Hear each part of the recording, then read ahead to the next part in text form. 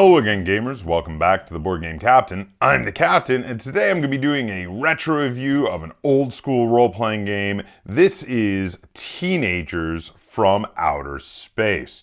Now, this game was designed by Mike Pondsmith, the head of Artalsorian Games. And this game was originally, for first edition, was designed all the way back and released in 1987. Though this is the third edition book, which came out in 1997. Still a classic, as it's 26 years old at this point. But you can still buy this book. It is still available for sale on the Artalsorian website for $20, which is actually a very affordable price. I think that's probably because these are probably copies that were printed all the way back in the 90s and just had never sold. So it is a quite affordable game to play. So that said, I'm going to go into this book. We're going to discuss everything that's in it. I'm going to talk about what this game is, what it feels like. I'm going to rate it and tell you who I would recommend it to you and discuss if it holds up to today. But before we get too into this, I do want to say I've got a ton of links in the description down below that you can check out at your leisure. There's a link to BoardGameCaptain.com, which is a great hub for all things Board Game Captain. There's also a link to my Teespring store if you'd like to get yourself some cool Board Game Captain merch, t-shirts, mugs, etc. And there's a link to my Patreon if you're in a position to and would like to support the channel. All right, so I want to start by giving a big thank you to Artalsorian Games for this review copy. I was offered this at a convention a little while back, and I've been wanting to get to it to cover it because I do like covering retro games, older games, and I really do get a kick out of that. So yeah, big thank you to you guys for the review copy of Teenagers from Outer Space. So I want to start, before I get into this, before I start going through it, I want to start by explaining what this is, because it's a little odd, especially amongst modern role-playing games. This is a bit of a oddity. It was an oddity back in the day, in the late 80s through 90s, when this game first came out. It was an oddity then as well, but I want to explain what it is and explain, even before we get too deep into this, who this game would be for and who, if you're watching this, you should just, literally understand that this game is not for you if it's not for you, because this is a game that can be very divisive, and I want to kind of put that up front. I'm not going to try to trick you into watching the whole video to find that part out. I'm gonna do that right away. So first off, this is a game, as the subtitle says, the anime comedy role-playing game. This is a game that is meant to represent anime comedy shows. We're not talking about any of the serious anime shows. We're not talking about the giant robot shows or things like that. We're talking about stuff, the really silly ones. Things like, think Ranma 1/2 or the original Dragon Ball. Not even Dragon Ball Z, because that's too serious. The original Dragon Ball, which is just tons of sexual innuendos, humor about sexual harassment, and slapstick comedy. If you're not familiar with this particular genre of comedy animation from Japan, you could think stuff, closest thing we have in the West would be the old Warner Brothers cartoons, but specifically, turned up to 11. I mean, they're even more extreme, even more bizarre, but similar to them, but with also, generally speaking, more sexual jokes than an episode including Pepe Le Pew, who of course was infamous for all of his sexual harassment jokes. Now here's the thing. If you can laugh at that sort of thing, and you think that sort of thing is funny, and you'd like to play a game that's all about that sort of ridiculously irreverent humor and not be offended by it, and you have a group of people that similarly would not be offended by it, this game might be for you. However, and there's two groups of people specifically, I wanna just right off the bat throw this out there. If you're a person who was literally offended by Pepe Le Pew and thinks it's a good, thinks that it was a good thing that Pepe Le Pew was taken off the air, this game is definitely not for you. On the other side of the spectrum, if you think that this game is an excuse to sexually harass your your co-players in the same game, this game is also not for you. And you need to not apply. So both cases, both far ends of the spectrum here. Buzz off, this game isn't for you. Now, in regard to the content of this game, there are some bits in this game that usually on a lighter scale than the actual shows, but similarly to the actual shows, that have not aged very well. Because this is meant to represent some shows that themselves could have had some things in them that were vaguely racist, like Mr. Popo in Dragon Ball, which really hasn't aged well, or for instance, some things that are rather sexist, like all the sexual harassment jokes. Some of that hasn't aged very well. You have to, again, if you're going to want to play this game, be of a mindset that you're understanding this is what that's representing, and not be ready to be totally offended by such things. But again, on the other end of the spectrum, if you're game mastering this, you should also not allow players to sexually harass each other while playing this game. That's not the spirit of what's in this game. All right, so yeah, we're gonna go into it. We're gonna discuss everything in this book. So first thing we have is a little I want to call it graphic novel, but it's manga because it's based on anime style. A little manga introduction with what is nice artwork, but the lamest story introduction to a game I have ever seen. I was not a fan of this. Reading this, I suddenly was actually less excited for this game than I was before. Originally, I was thinking this was going to be funny, silly, irreverent stuff. The storyline introduction, I was like, if this is what the stories are supposed to be from this universe, what have I gotten myself into? So yeah, not a huge fan of the little manga introduction. Now, we move in, we've got an introduction on what role-playing is like, except it's full of silly references and attempts at humor because of the fact that this is meant to be a comedy game. Moving along through, the rest of that introduction, just skimming along, where they have a really cool, and this was kind of something you were starting to see back in the 80s and 90s occasionally, but it occasionally still gets used today. We have basically like a choose your own adventure to give you an idea of how a role-playing game session would work. Basically, the book is being your game master, gives you a scenario. It asks you, what would you do? It says, if you want to do this, turn to number this. If you want to do that, turn to number that. And it gives you a quick, go through a quick scenario. Except in this case, of course, it is very silly, irreverent, and ridiculous. Then we have some information on creating your characters. So for characters in this game, you can create characters that are humans. You can create characters that are near humans. Now, near humans are aliens that look mostly human.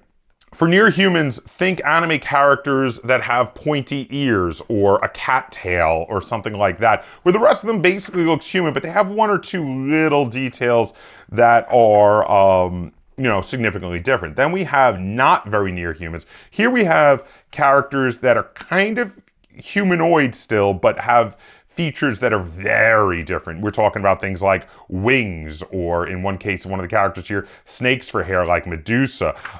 So they're still kind of human-ish, but they have much more significant differences that are less easy to explain if someone were to see them on the street. Whereas the near humans, at a glance, could pass for human, especially if you just say, like, put their hair over their ears, or they tucked their tail in their pant leg. Then we have the real weirdies. Now, the real weirdies are characters that are not humanish at all. Some of them have parts that are still somewhat humanish, but others are totally inhuman and could not pass for human unless they have a shape-shifting ability, which is also possible. Now, in regard to the actual creation of characters, a lot of it is fairly random, but then you do wind up having like some control over the randomness, which is weird. You roll dice for all the stats. So the stats in this game are smarts, body, relationship with parents, luck, driving, looks, cool, and bonk.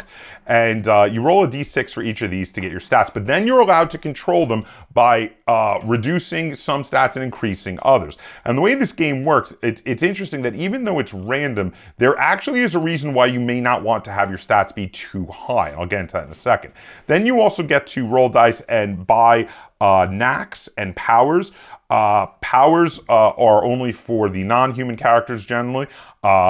Humans all get one particular power where they're basically allowed to convince all of the alien characters of anything, because aliens think human culture is super cool and humans get to convince them that anything is normal on Earth, basically. Whereas all of the alien characters get more specific abilities, things like, being able to turn into a giant monster or shapeshift, or which, turning into a giant monster is a form of shapeshifting, but or shapeshift into anything you want, or fly, or climb walls, etc. And all of that is covered by the powers. And then the knacks are things that specifically you're really good at that you'll get bonuses to on your rolls. So for instance, you might be smart and have a fairly good smart stat, but specifically you're really intelligent when it comes to knowledge about pop culture. So you have a knack for pop culture +3, which means on all rolls for pop culture, you get your smarts and you get your knack for pop culture information +3. The way this works is very simple. Playing in game, for any ability roll you need to do, you roll a 6-sided die, you add your relevant stat and a knack if you have it. If you get over that, you succeed. However, there is and this is why being too good at things can be bad. The target number is decided by the game master, and at the beginning of every game, the game master rolls a d6 behind their screen. And anytime someone defeats a roll by that number or more, so like let's say you needed a 12 and the game master had rolled a 3. That means if you roll a 15 or more, you succeed so well that you succeed too well. And then the game master gets to come up with funny side effects of how succeeding too well is going to be a problem. For instance, let's say you were really trying to ask this girl out in your weird alien high school to the prom, and you were really nervous, but you rolled ludicrously well. And you asked her out and she wants to be your girlfriend and it's all good. You're like, yes, fantastic. But now she's like obsessed with you and she's like stalking you and showing up at the most inopportune times and embarrassing you and frightening you and offending your friends. So that's an example of like crazy side effects that the game master could come up with for one of these situations. So the system of how to create characters in this is fairly easy. The only thing that gets a little more complicated is the weird alien powers. The weird alien powers can be almost anything, and they're not super clearly defined because a big part of this is that in regard to what they can do, it's generally up to the game master what they can do, and they kind of say that this is meant to be a little bit more free flow. This is not for people who are really into hardcore rule systems because of how the rule system, this is just meant to really be a backdrop for you being able to tell funny comedy stories and be silly and goof off and have a good time.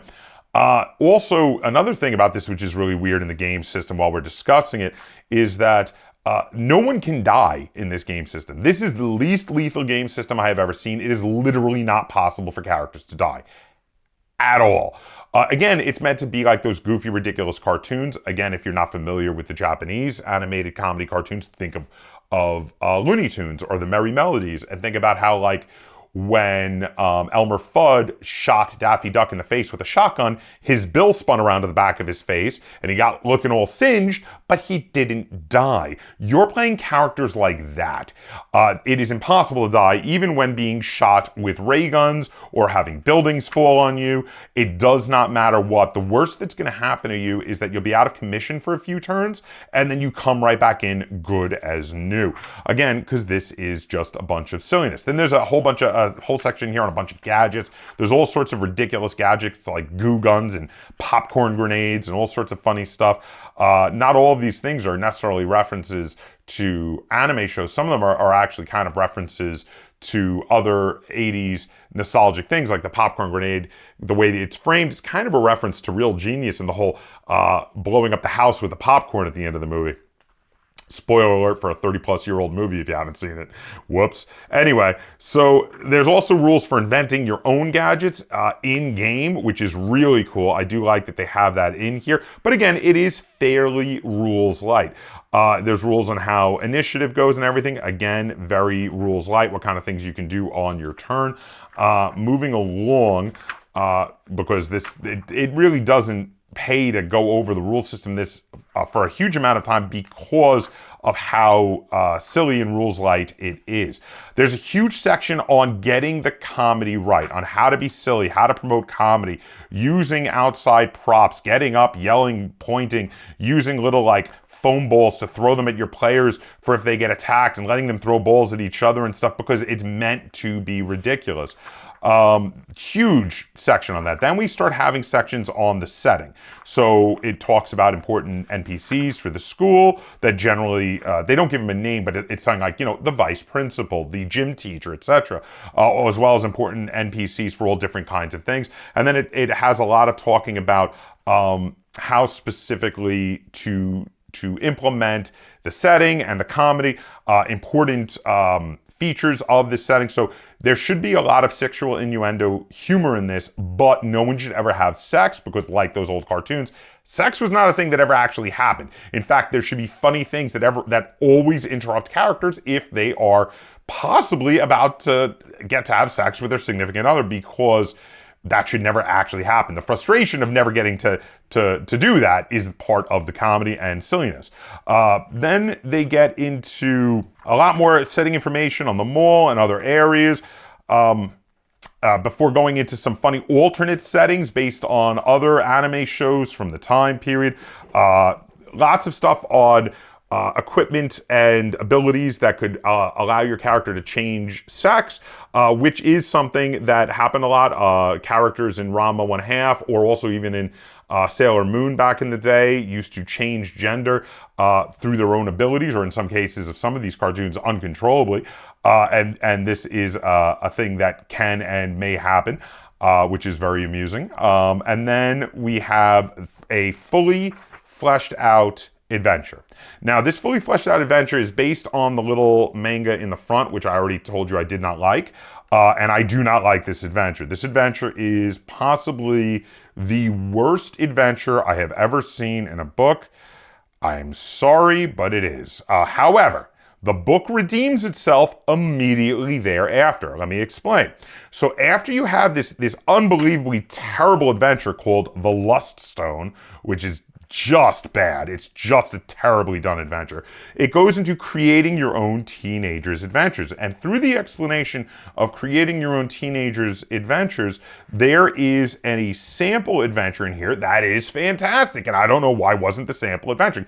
This is much more of an interesting adventure that involves a alien invasion with bizarre, funny aliens.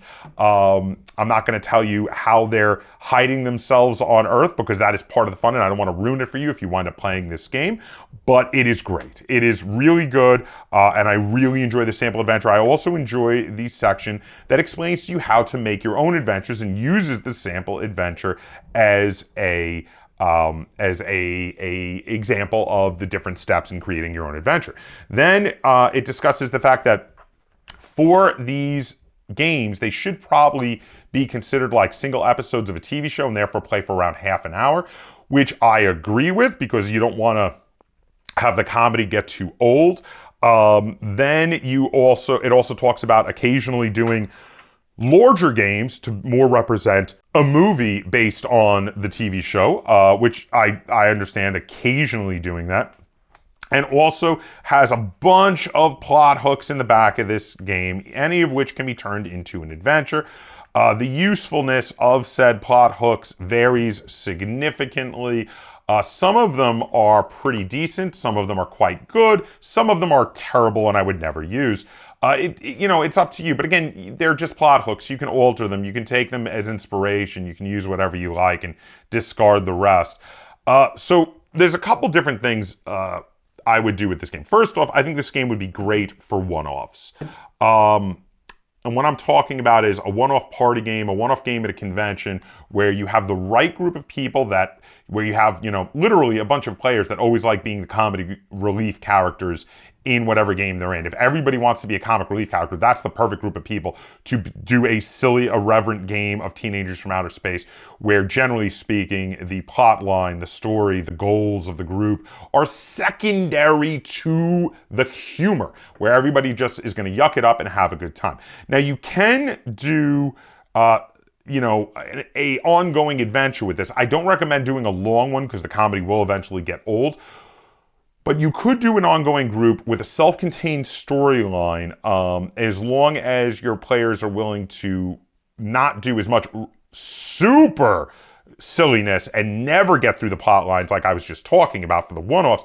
If you're willing to tone that comedy down a little bit and actually focus on the adventure sometimes, so some of the comedy shows that would occasionally get a little more serious and have overarching storylines. So something like, say, Sailor Moon or Trigun, where, well, the first half of Trigun, where it was very much a comedy show, but did have an overarching story.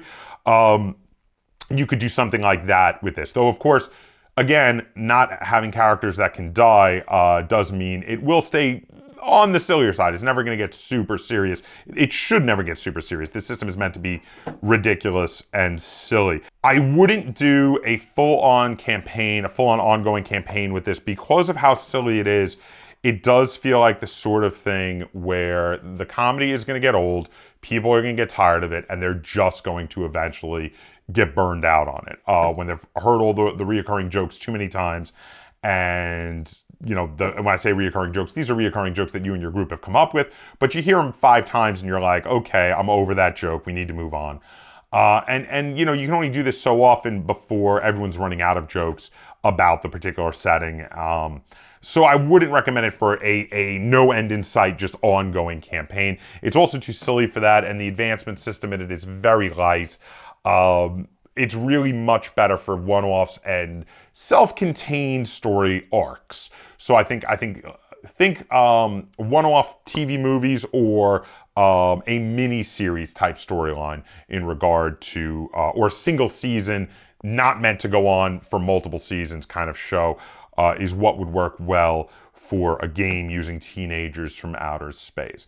So bottom line, where do I rate Teenagers from Outer Space? I'm going to give it a 6.5 stars out of 10. Overall, there are definitely some issues with this game. Overall, I would say the game kind of holds up. There are some things that are still really good about this. Using it as a humorous ridiculousness can be fun for one-off games, but again, you really have to have the right group of people that get the comedy, have seen those kind of shows, and understand what you're going for. You also have to have the right group of people that are, while getting all of that humor, are not going to use it as an excuse to do things that make the other players or you ridiculously uncomfortable. Because again, playing a game is not an excuse to sexually harass other players at the table. So most of that kind of interaction should be between players and NPCs, or NPCs and other NPCs. You should not do anything that makes the other players ridiculously uncomfortable. But yeah, so can I recommend it? Maybe. It's a very maybe kind of thing. I can recommend it to you if you have the right group of people that are going to fit well with this game. But don't be surprised if you play one game of it with people and people go, okay, that was fun, but we don't need to play another game of it. That said, you don't risk a lot. Now, I didn't talk much about the production. This is an old school paper cover, soft cover, glue binding book, not super awesome production. Black and white pictures inside the book. Very cheap production from back in the day, but this was not uncommon in the late 80s, early 90s. This was not an uncommon way of producing books back then. And to counterbalance that, this is a very affordable book. You can still buy it for $20. For $20, you're not risking much. So if you maybe want to run one-offs of a comedy game based on classic anime and Looney Tunes type characters once in a while with your game group, would I recommend you spend $20 if you got $20 burning a hole in your pocket to get this game? Yeah, I can recommend that to you. You could buy this and you could never play it and still not feel you wasted your $20 because you could just get the experience of reading it and get your enjoyment out of it by reading it and thinking, wow, this is an interesting sort of artifact of a bygone era at this point. That said, if you do get to play it and you play it with the right group of people, you could definitely have a lot of fun with it. It could be silly, irreverent humor, and you can enjoy it. And I don't want to ever tell people you're not going to get enjoyment out of something. Everyone can get enjoyment out of almost anything. Depends on the person and the group. So there you have it. That is my review and rating for Teenagers from Outer Space. If you have any comments on this, if you played it back in the day or recently, feel free to comment down below and tell me about your experiences with Teenagers from Outer Space and all of their weird, zany antics. If you enjoyed this video of a review of a role-playing game, be sure to give it a like, share it on all forms of social media, and if you haven't already, please subscribe to the Board Game Captain. That's Captain spelled with a K on YouTube. And until next time, game on.